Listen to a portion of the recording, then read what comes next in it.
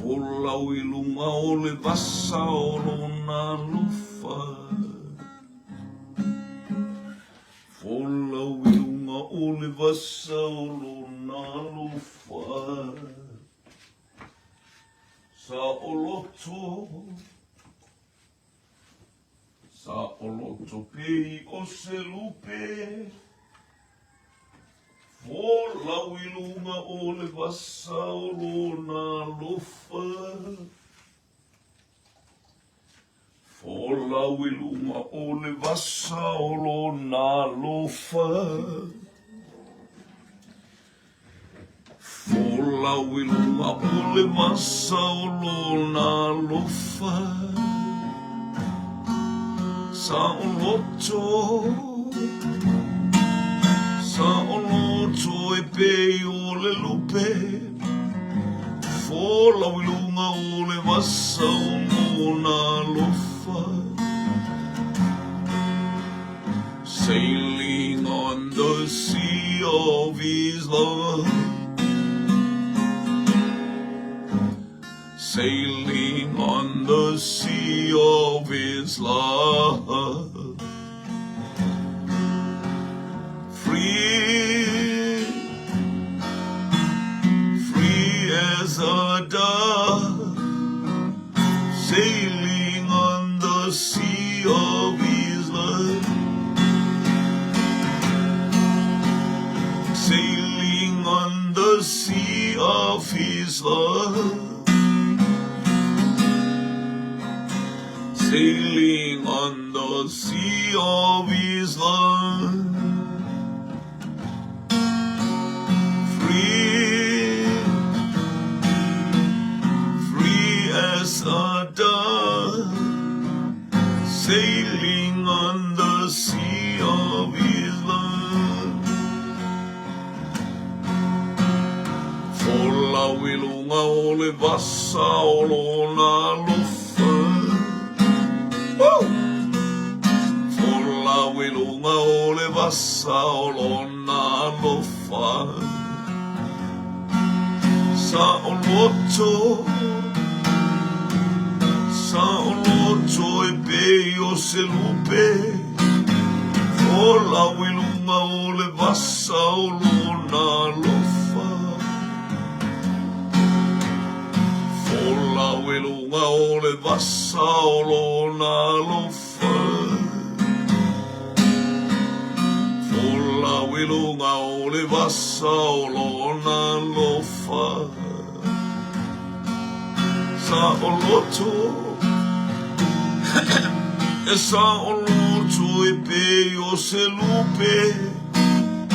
Folau I lunga o le vasa o lona lufa. Hallelujah. Glory, hallelujah. Whamanuina lo suafa e whawawhi o vai. Lo papa malo olo malo la fitanga oi a wha. Sili e se oe. E mawalunga oe. Le atua o Abrahamo, le atua o Isaako, le atua o Iakopo. Glory, glory, glory, glory, glory, glory, hallelujah.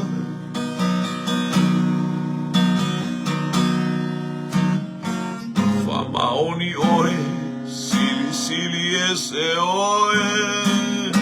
Woo! Lo watua malo tupu, hallelujah. Whaftaila watamal nei vaenga o le tae au mau e lo lofa ma lo wanga le lei. Mātou mau le nei tae au fowi au whamanuianga, whaftaila au tau singa, whaftaila au malutianga ma lo wanga le lei whasoa. La e oi le vi inga, pale oi le vi inga. Hallelujah, wai tatau e tatau e tatau ia te oe.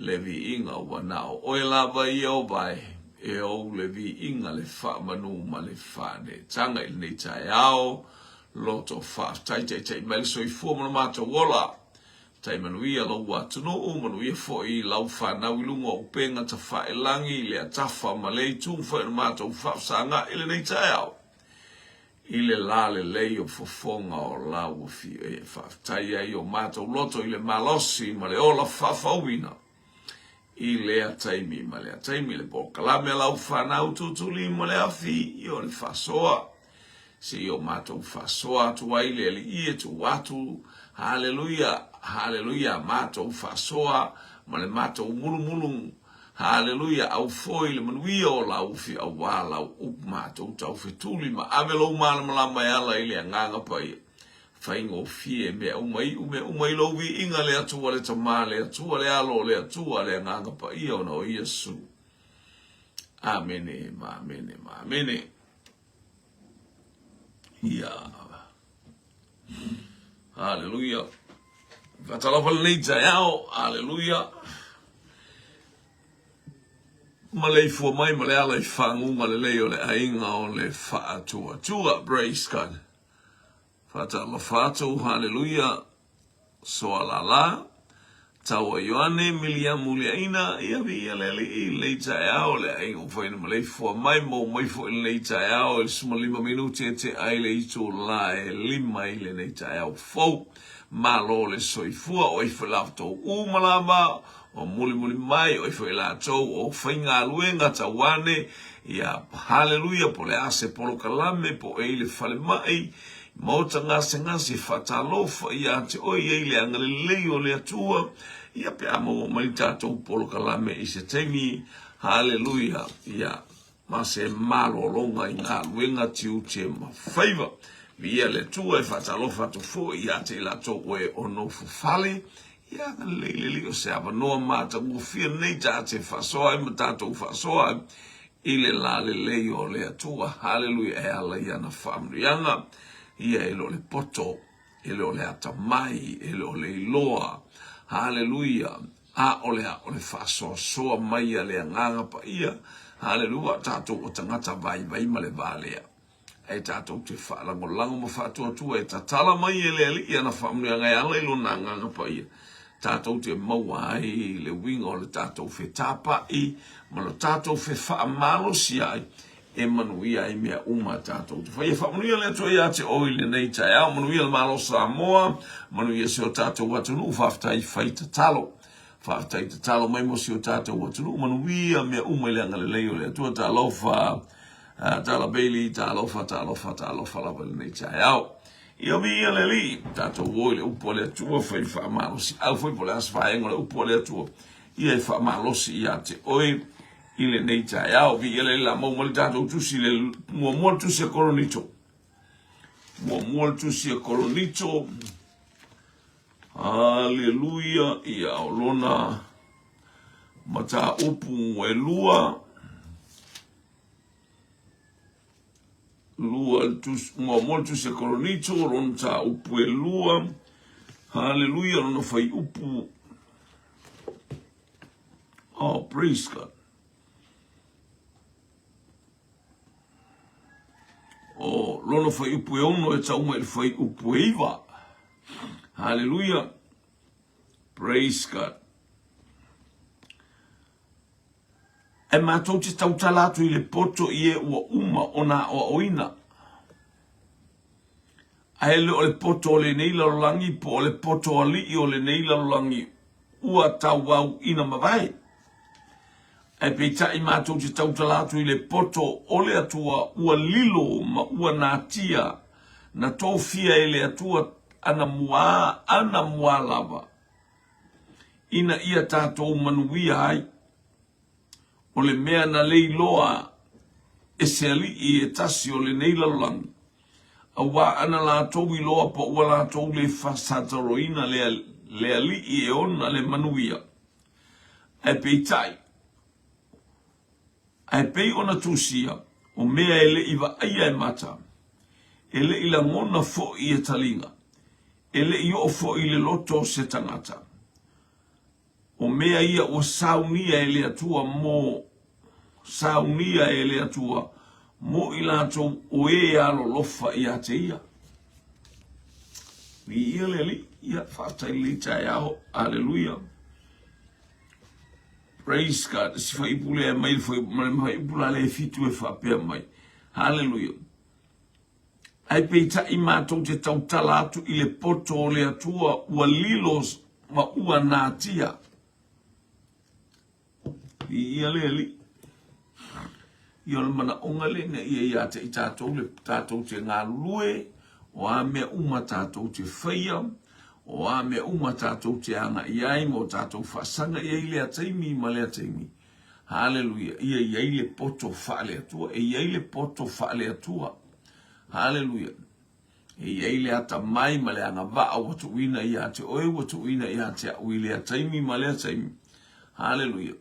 Ia awa iai fo i le poto o sau nia e le atua. Praise God. Hallelujah. Talofa malas salava avau kalaki. Talofa lava via le li.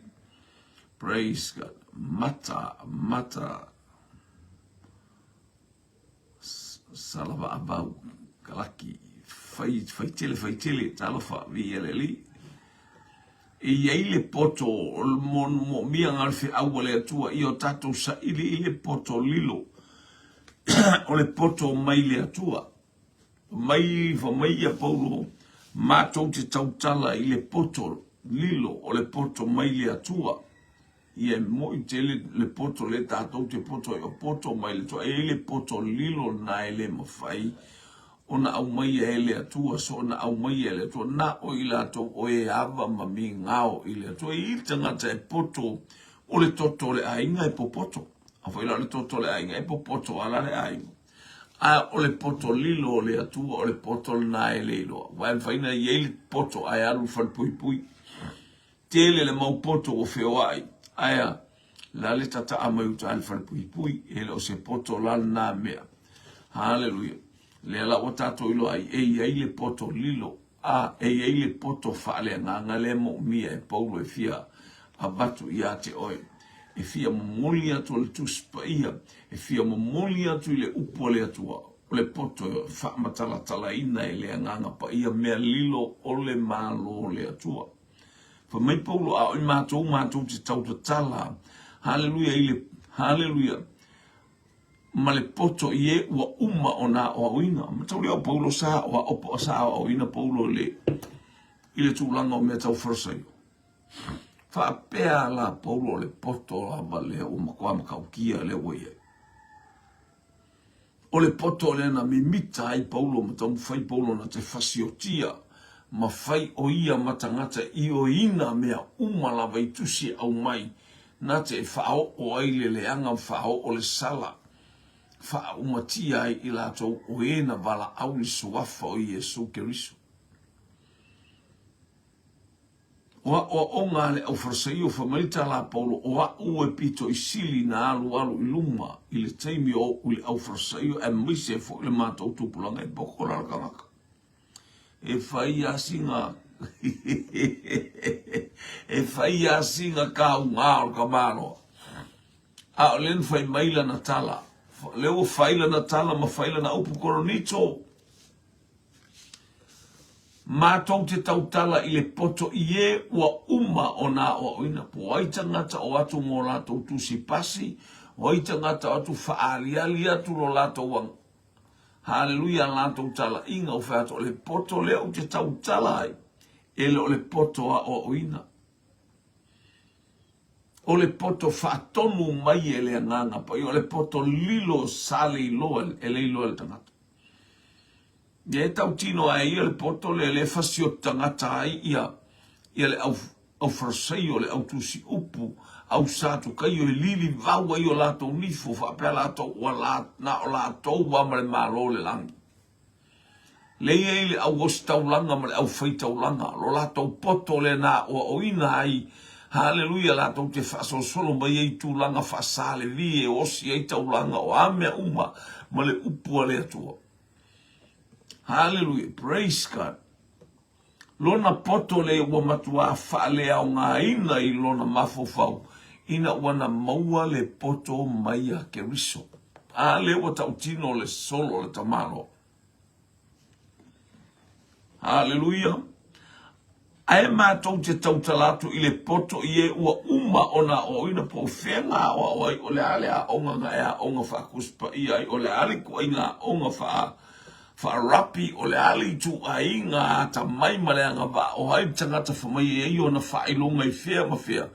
E le mo o mia e paule mea o lau whaaloa e se tāua mo o e mo a wai kaukele fia mo o se poko. Wala vale poton tato o ia onga.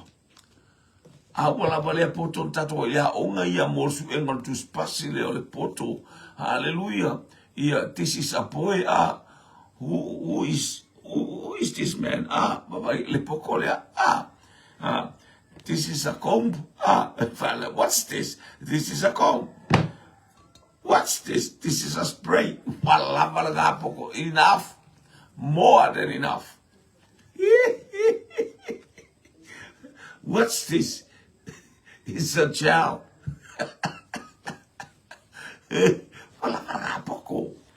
Aya, sawe sa ili le potolilo. Ele kele momele sa okuspa il potolilo. You never receive this wisdom from the ongakuspa. No, it's all from the leading hand of Holy Spirit.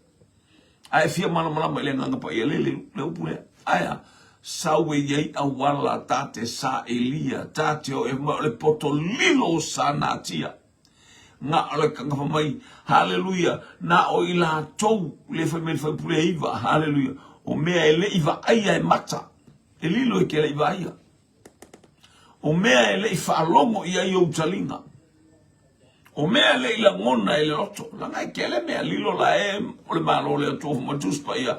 Ana tusi ia tusi. Ele o fila lango. Ala ngame o mea lilo. Ele o fai tato ilo. Ameni. Ela fafea. Tato te iloa ina ua tato sa ili. Hallelujah mo tato tuli vai. Tato puno noma le loto fa maunalo. Humble yourself before God. Repent. Salamo. Hallelujah. Ina ia whaia ele atua mea sinsili mo oe. Lefa mai ele ai whaia ele atua ia te ila atua. Oe alo lofa ele atua. Oe sa ili atu ele atua. Oe la atua te nau atu ele atua. Those are kind of people. Hallelujah. E ave ia ele atua. E wha matua te ele poto lilo lea aisa, o le poto natia. Se longa wa esa ili, praise God, le poto lea nāru e fine le ia Yesu, al fine puna toto, wa le poto fōmai, wa le atamamai, ai whapaula na tala, wa utupu. Wa vai, wa ungalemu. Wa se me ia tea. Au te tula e mo watu ia ke riso. Ai se ia watu I o te malole o Yesu. Amen. Leana lua ia Yesu. Whaamanu ia ai. Mauai le whaamanu ianga ele ngata ina malolo. Ai whama Yesu lo wafa fine. Whaima fine. Hallelujah. Wa e malolo. Wa malolo. I lo whaatua. O maua whakuakua, ele ngata ina whawhine, wa e malolo I lo whatotoa. Pauale le whatotoa. Pauale o le poto. Wa whamapuna ane, a whatasi marona whatotoa. O le autula I mawaru ia Yesu, wa le poto le lorang. Wa mea, na iate ai ato e pauale o lana saili. Wana I loa. Ole ola tangalea. Finalize ta mea lo matua lea ia Yesu. Le poto lilo e le iloa. Le poto, hallelujah. O fai loa mpuripu au, se roti talofa lava, ana melei, talofa.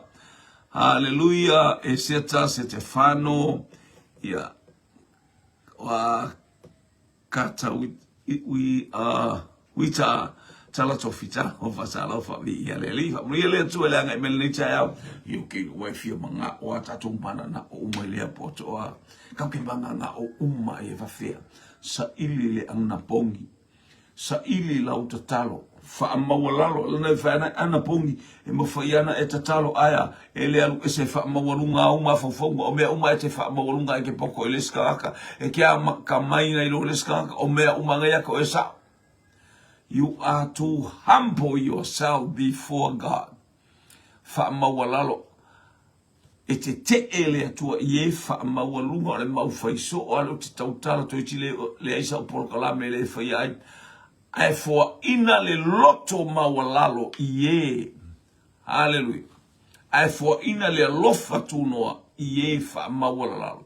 Waiva ailana tangata mawalalo la ie le meka ua o le lofa tunoa kele ko inga lofa.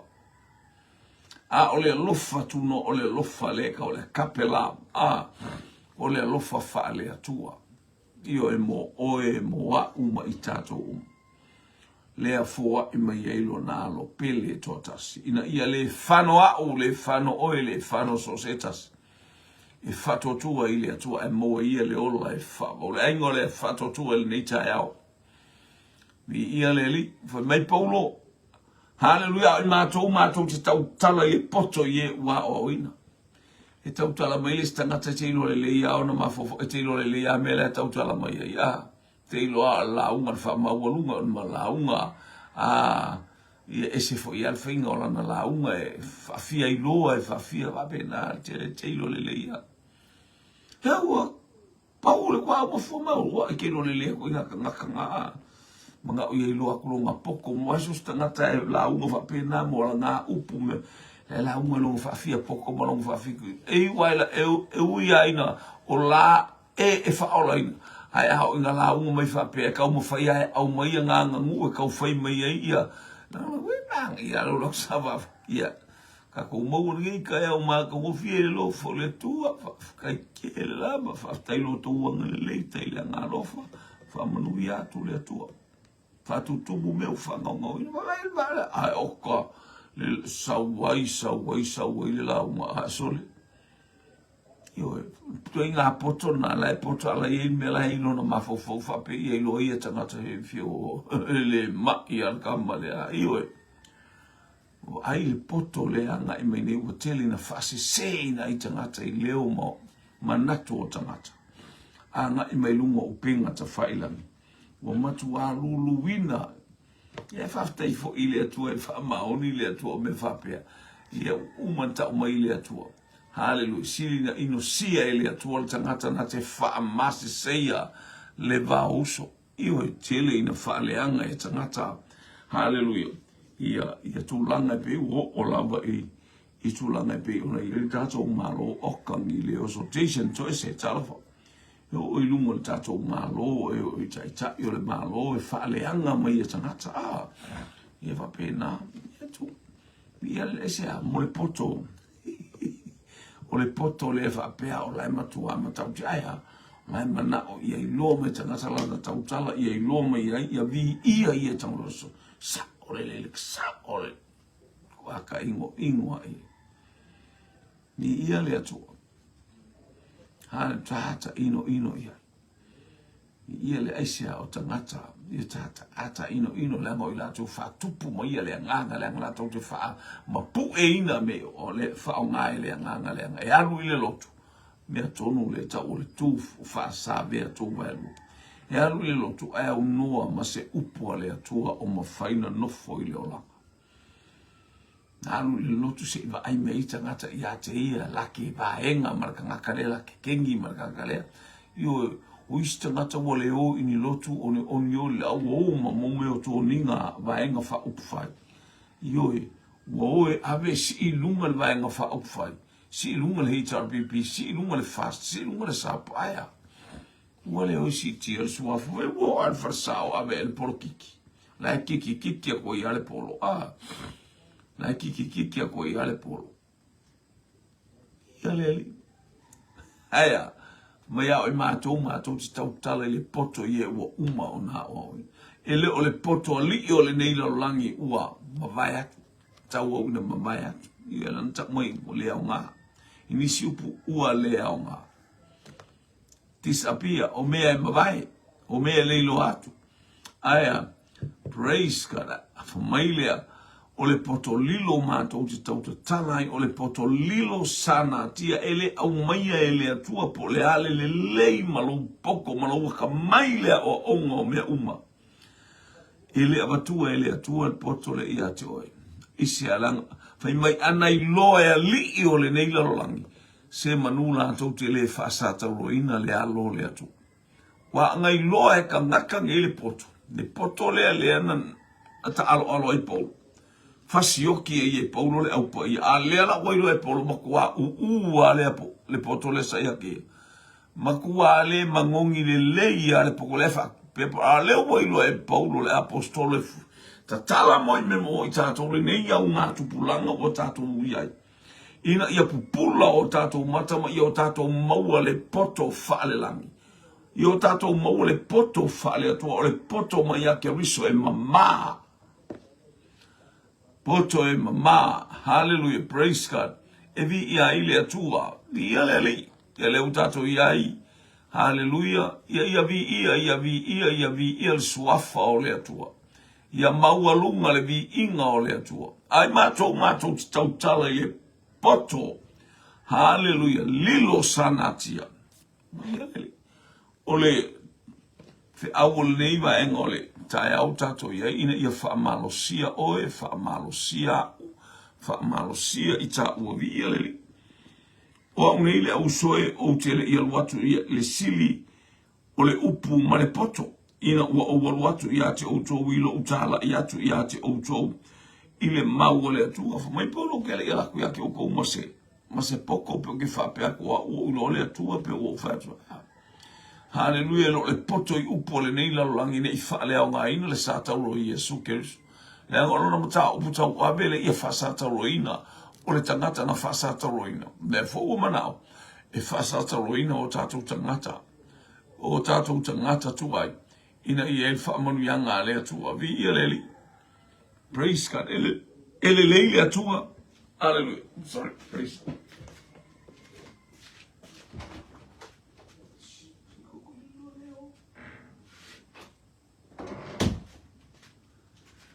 Hallelujah, hallelujah, hallelujah, hallelujah. God is good all the time. Ele leile atua I teimi umalava. Praise God, praise God. Simanu a Josefa. Talofa. Iu tato ele. Mai leo polo, te lea latu ya te outou ma se poto. Ini tala mani upu. Wana tonu lo manatu ia oule I loa se tasi mea a o ia te outou. A e tau lava o Jesu Keriso o ia lava na whasata o ino. Ma ko whalonga ele kala ima. Ele ai ma seisi mea le avatu e paulo ia te oia mai ia te. O Jesu na whasata o ino. O le mata upusa ino ia I paulo. Ina ua tau mai o le tangata le tapua I tangata maota ua tau whaio I tangata o le tangata ingo ia Jesu Keriso.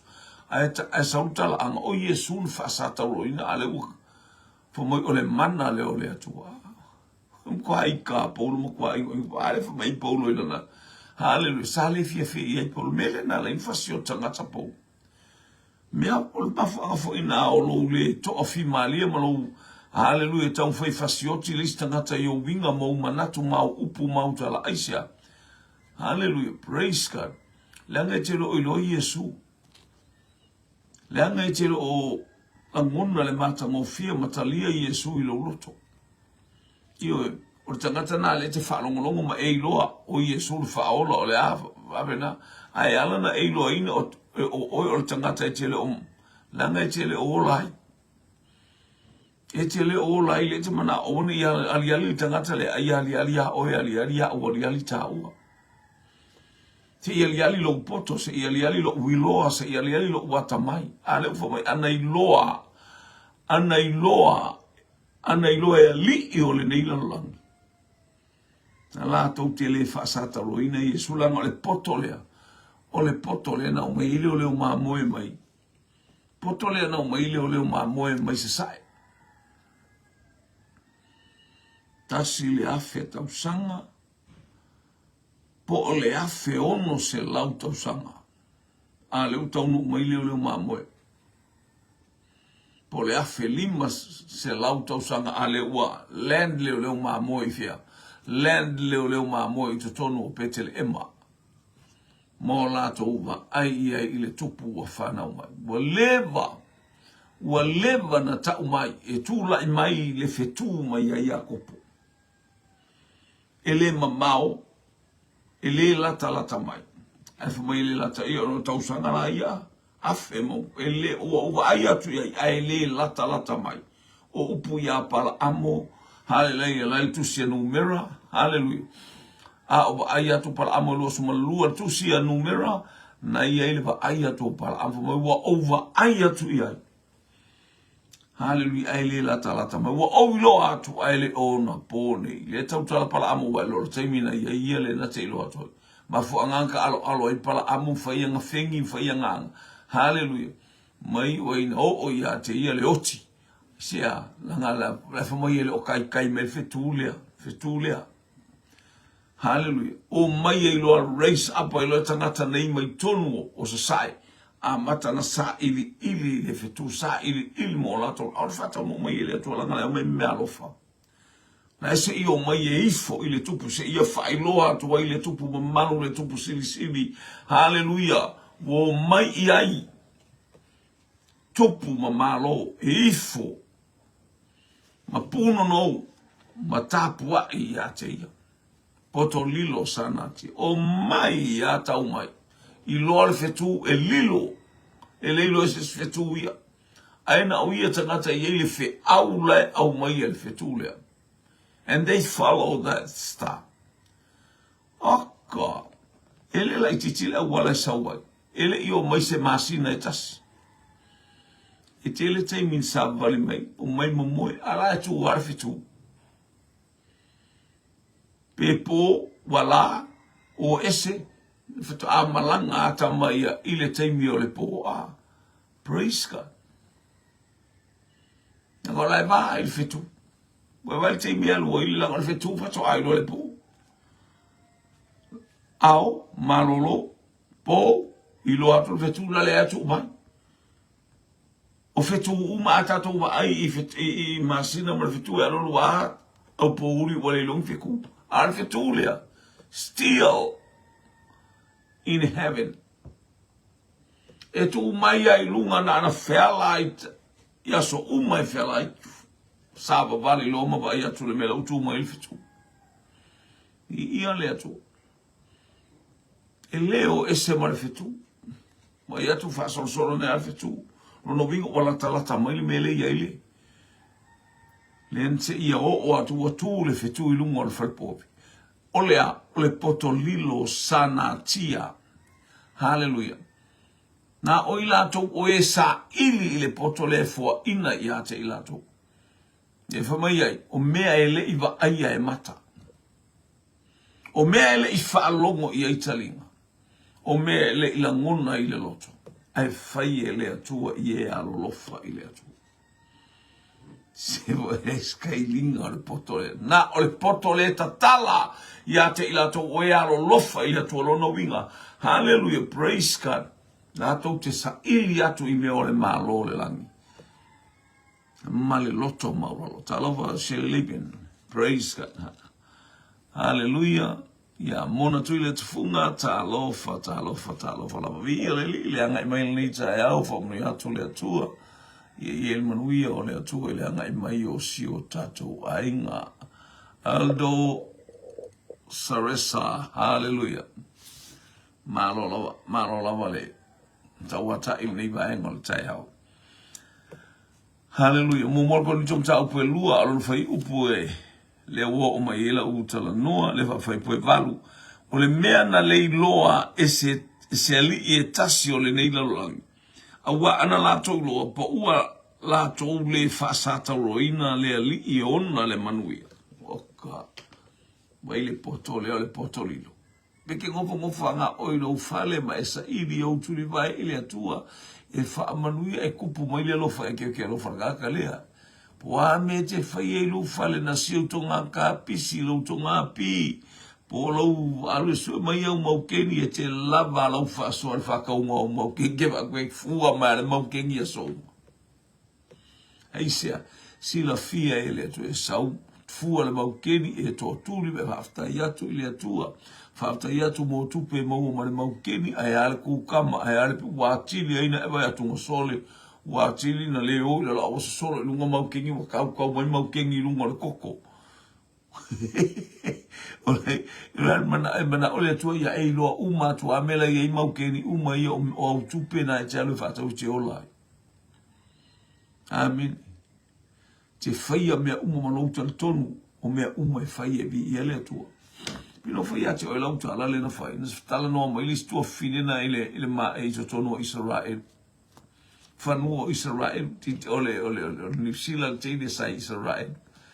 Hallelujah afele fai o ai fai sto le fai o sto pe o se finas fai fi au o te lo vai fi au ya afele. Hallelujah tonu pitone ya o te lo ina tonu la po se alo vai fi au le. Mana ia le tala noa le asistu a fine ua ngalo te alo nango. Tala noa i lelwa ai fua la au o whaato anga sostu inga mea to tō e vava ai o wha i oka whamanu yanga le ato o tilo e esea.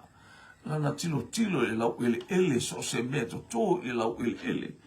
Ia o lato wa ilma lau to ngā whaelenga o ta oka ua pē a ko ngā ua Mama mango fa elu. Iwe. Fusina pe o ma toru tau sanga le fa to ela boli ma. Mea mo le toru tau sanga pole. Mea ia. Ai fai me ele mo le mau stene inu wale. Na ora lo to le tala ting. Ia wala lo tutu o inga uta ma to ilo to ngafa. Ma to o a mamango mai lunga. Wa nga le lua kai mi ka mai kai mo au fa eva ko ko pa uang e lo au fa uang au via e lo fa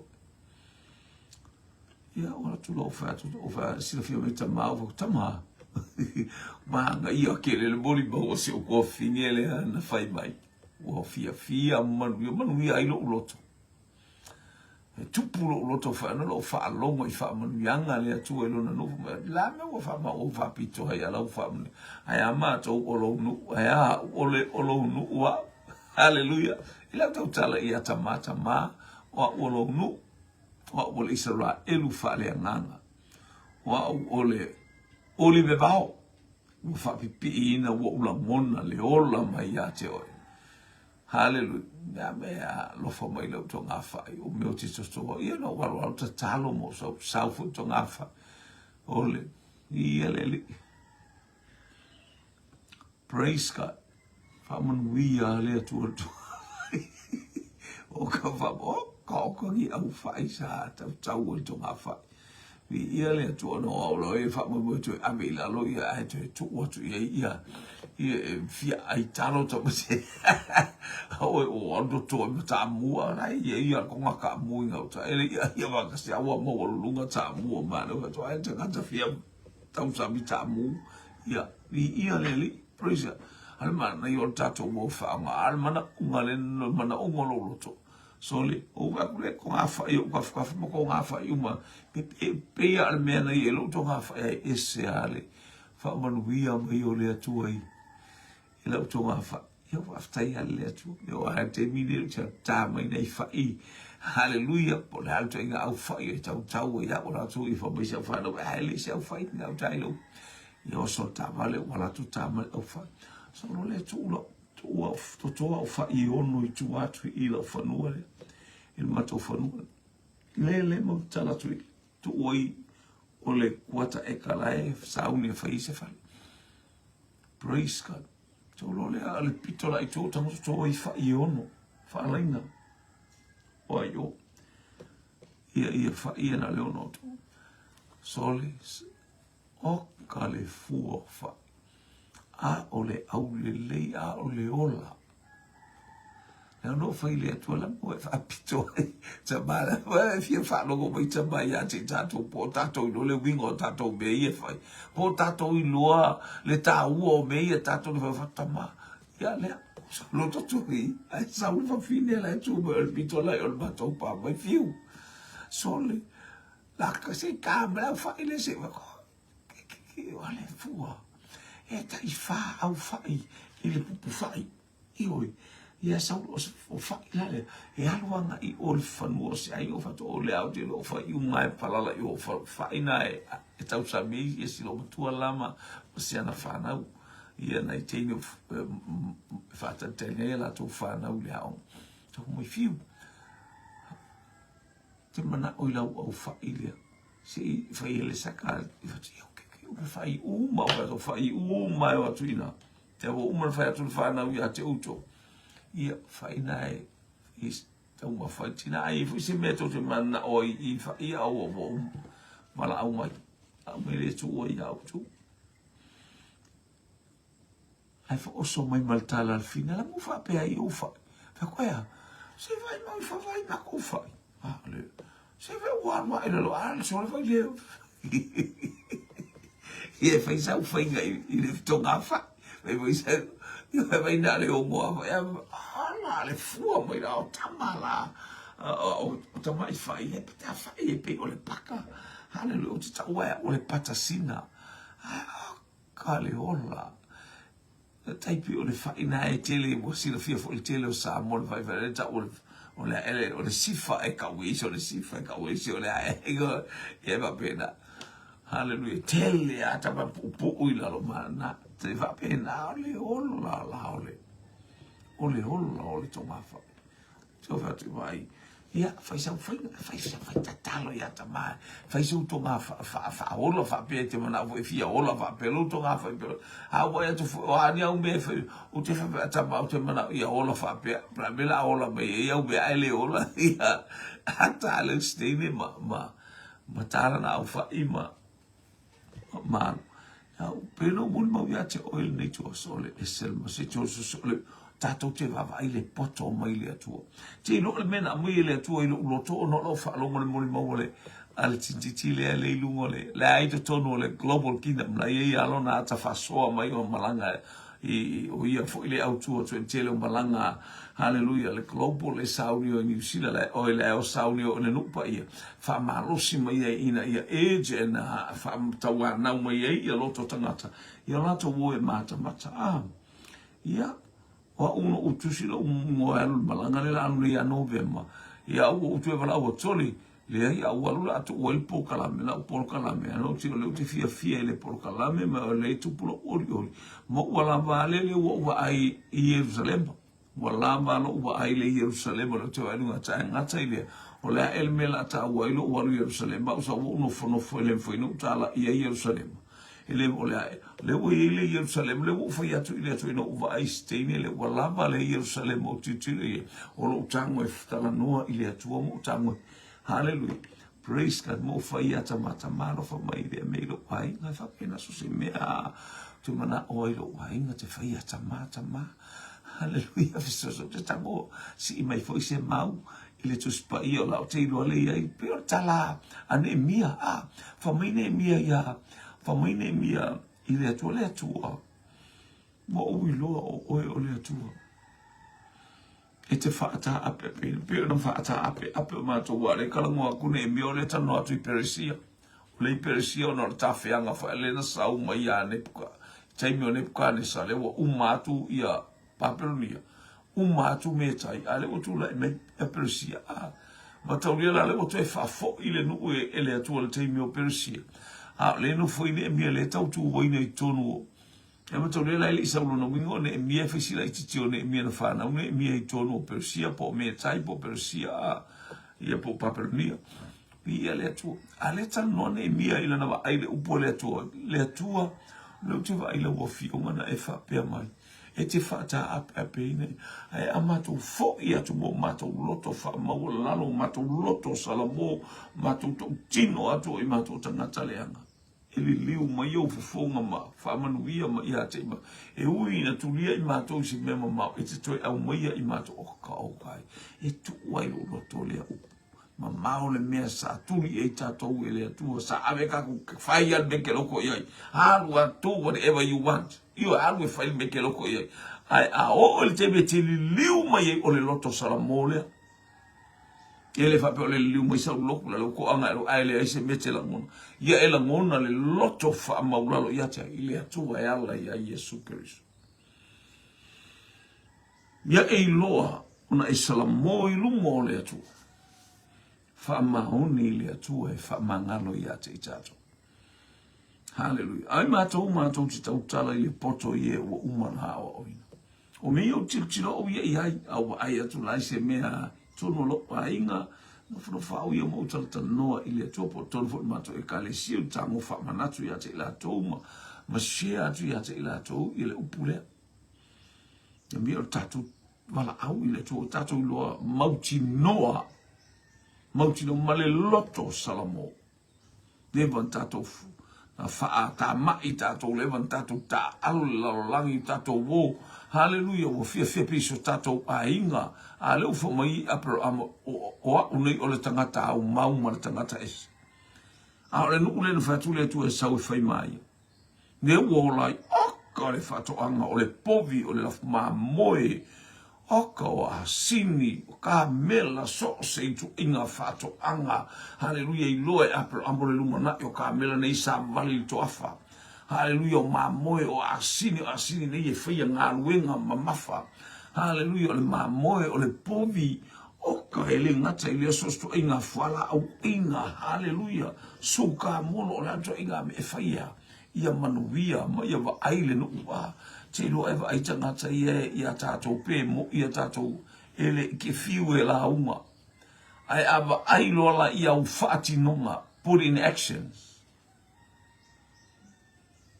e fai atu apero amo o le tangata e se o le tangata au mau e atu ma le tamalo nu e apero amo o oe o le tangata o oe o le li tele i le nu nei aisia langa i le ngata o i tatou tira o le tangata anga le lei i le nu anga le lei i le nu e le sau whaupunga le nu o oe o le tangata o oe o le li tele i le nu le ua malia le nu